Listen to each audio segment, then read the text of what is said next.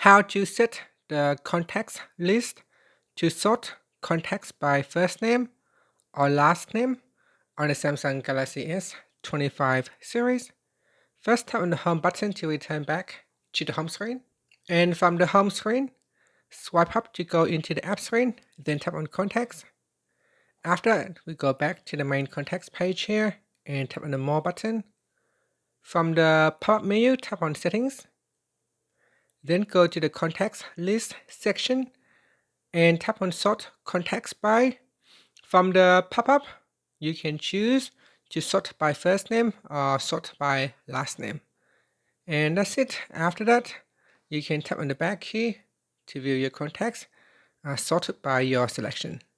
After that, you can tap on the home button to return back to the home screen.